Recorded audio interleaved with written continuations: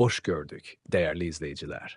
Ülkede ve dünyada baş verən ən son xəbərlərdən anındaca xəbərdar olmaq üçün Günlük Xəbərlər YouTube kanalımıza abunə olun və bildirişləri açmağı unutmayın. Azərbaycan ərazisində aprelin 10-na gözlənilən hava şəraiti haqqında proqnoz açıqlanıb. Bu barədə Milli Hidrometeorologiya Xidməti məlumat yayıb.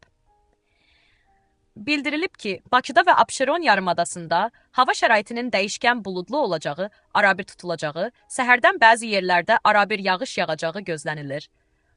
Yarımadanın bəzi yerlərində intensivləşəcəyi, şimşək çaxacağı, gecə və səhər bəzi yerlərdə arabir duman olacağı ehtimalı var. Güclü şimal-qərb küləyi əsəcək.